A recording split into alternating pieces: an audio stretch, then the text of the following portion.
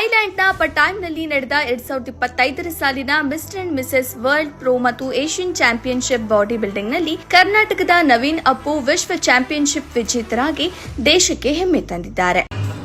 Second place, we have 380.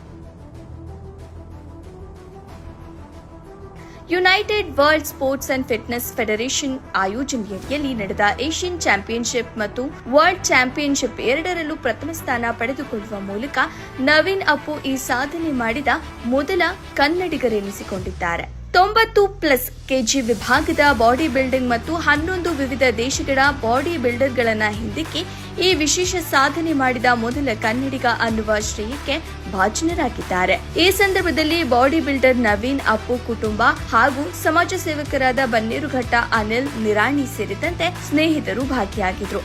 ವರದಿ ಸಂದೀಪ್ ಕುಮಾರ್, ಬೆಂಗಳೂರು.